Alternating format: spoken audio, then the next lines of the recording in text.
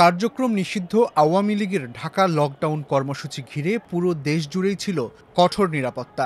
এর মধ্যেও বিভিন্ন জেলায় ঘটেছে বাস, ট্রাক, পিকআপ ভ্যান, রেলপথ ও জুলাই স্মৃতিস্তম্ভে আগুন দেওয়ার ঘটনা।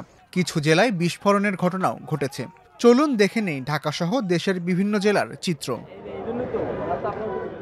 মানবতা বিরোধী অপরাধের মামলায় ক্ষমতাচ্যুত প্রধানমন্ত্রী শেখ হাসিনা সহ ৩ আসামির বিরুদ্ধে করা মামলার রায়ের তারিখ ঘোষণাকে কেন্দ্র করে আন্তর্জাতিক অপরাধ ট্রাইব্যুনালের নিরাপত্তা জোরদার করা হয়েছিল। সকাল থেকেই সতর্ক অবস্থানে ছিল আইনশৃঙ্খলা বাহিনী।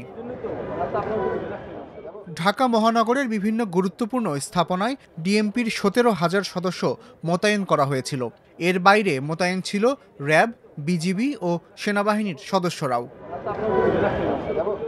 সকাল থেকেই ধানমন্ডি ৩২ নম্বরে আইনশৃঙ্খলা রক্ষাকারী বাহিনী কঠোর অবস্থানে ছিল। সকাল ১০টার দিকে সন্দেহভাজন এক কিশোরকে আটক করলেও পরে তাকে ছেড়ে দেওয়া হয়। তবে দুপুরের দিকে সন্দেহভাজন আরেক যুবককে আটক করে পুলিশ।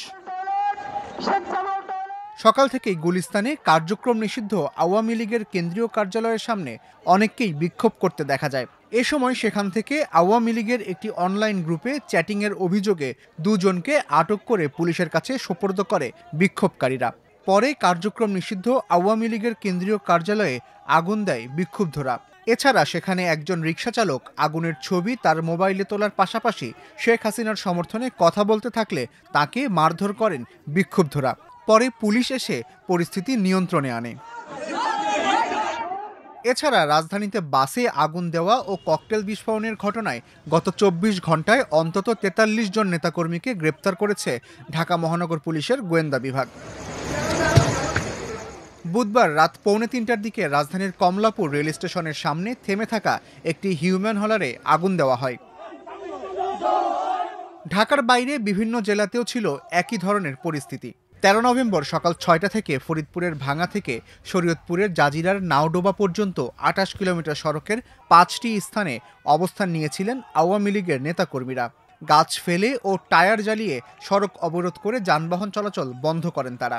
এর ঘণ্টা চারেক পর সকাল ১০টার দিকে সড়ক থেকে অবরোধকারীদের সরিয়ে দেয় পুলিশ। এদিকে বুধবার রাতে গোপালগঞ্জ শহরের গণপূর্ত ভবনের সামনে একটি পিকআপ ভ্যানে পেট্রোল বোমা ছুড়ে আগুন দেওয়া হয়। গাছ কেটে বিভিন্ন সড়ক অবরোধ করতে দেখা যায়।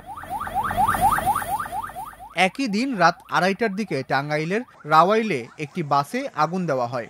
ফায়ার সার্ভিসের একাধিক ইউনিট আগুন নেভায়। এ সময় বাসটিতে কেউ ছিলেন না। মুন্সিগঞ্জে বুধবার রাত ৩:৩০টার পর গজারিয়ার একটি পেপার মিলের সামনে একটি ট্রাকে আগুন দেওয়া হয়। পরে ফায়ার সার্ভিসের কর্মীরা এসে আগুন নেভান। এছাড়া গভীর রাতে বরগুনায় জুলাই স্মৃতিস্তম্ভে আগুন ধরিয়ে দেওয়ার ঘটনাও ঘটেছে।